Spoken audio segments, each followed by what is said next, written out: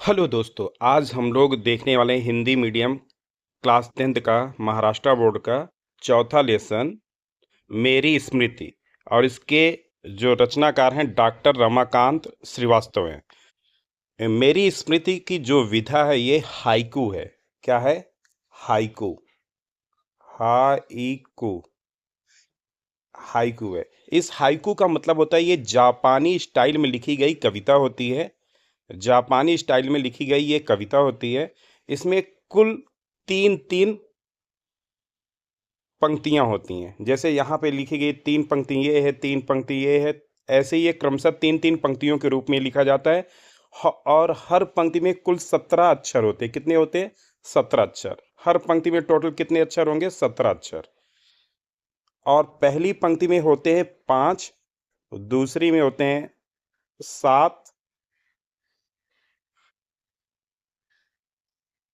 दूसरी में होते हैं 7 और तीसरी में फिर होते हैं 5।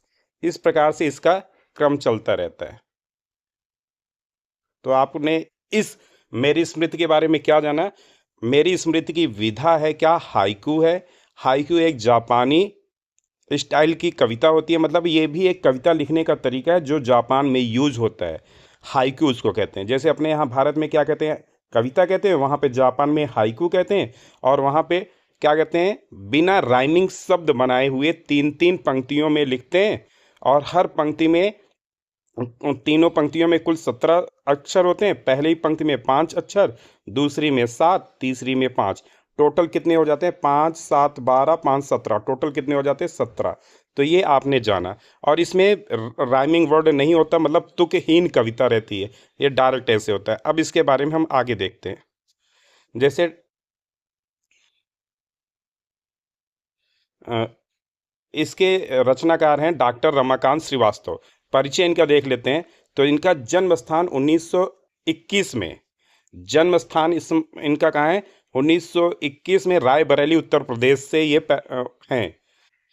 परिचय: डॉक्टर श्रीवास्तव जी ने 1944 से अब तक पत्रकारिता और संपादन को व्यवसाय एवं मिशन के रूप में जिया है।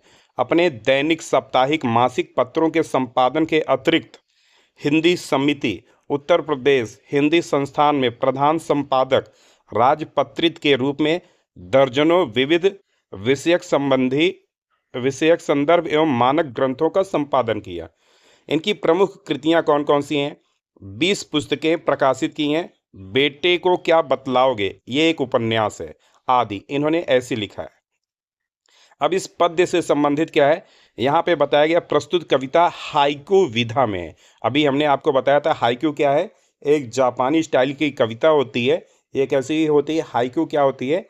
जापानी जापानी कविता होती है जो तुकहीन होती है। और इसमें क्या रहता है आपका भाई कि टोटल तीन तीन पंक्तियां रहती है। हर पंक्ति में तीन तीन पंक्तियों में टोटल कुल 17 अक्षर होते हैं। पहली पंक्ति में 5, दूसरी में 7, तीसरी में 5। टोटल 17 अक्षर होते हैं। तो इस प्रकार से ये हाइकू की विधा है। यहाँ पर डॉक्टर रमाकांत श्रीवास्तव जी ने प्रत्येक हाइकू में अलग अलग विषयों पर लेखन किया है। आपने इन रचनाओं में आम, महुआ, आकाश, तारा, पवन, मेहंदी, गांव आदि के बारे में अपने संक्षिप्त विचार व्यक्त किए हैं। इनके अतिरिक्त झींगुर, कोयल आदि की खुशियों को भी आपने इस कविता में स्थान दिया है। अब इसके बाद हम आ जाते हैं कविता के ऊपर। ये बिना रिदम की कविता होती है, उसी को यहाँ पे बोला गया है। जैसे गई है पिकी प्रतीक्षा रत पुनः आम्र शाखाएं। पिकी मतलब पक गई हैं, ये होता है। तो गई है पिकी परीक्षा रत पुनः आम्र शाखाएं, महुआ खड़ा बिछा श्वेत चादर। किसे जोहता, जोहता मतलब इंतजार करता है। किसकी व्यथा छा गई बन घटा, नभ है घिरा साँझ का तारा, किसे खोजने आया आम निशा में। निशा मतलब होता है रात में। कौन संदेशा ले पवन आया, पवन मतलब हवा। कौन संदेशा ले पवन आया है, सुनने तो दो। रची बसी हो मेहंदी की गंध में, याद आती हो। खुल गए हैं पी कहाँ खुल गए हैं पी कहाँ पुकार से, पृष्ठ पिछले कटे बिरिछ गांव की दोपहर खोजती साया। बिरिछ मतलब होता है वृक्ष, पेड़, खोजती साया। गांव मुझको, मैं ढूंढता गांव को, खो गए दोनों। वर्षा की सांझ बजाते शहनाई, छिपे झिंगुर बजाने आई पिकी छिप बांसुरी अमराई में। अमराई मतलब क्या होता है? आमों का बागीचा ही समझ लीजिए। फूल खिलता महक मुरझाता स्वप्न बनता, बड़े सवेरे उठ जाती चिड़िया जगाता कौन।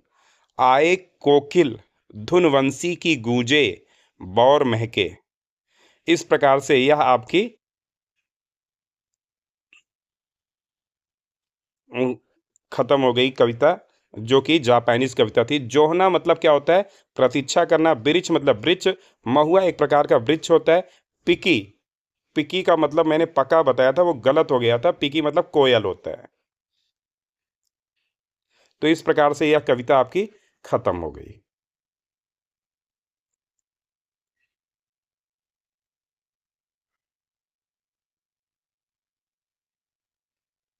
धन्यवाद।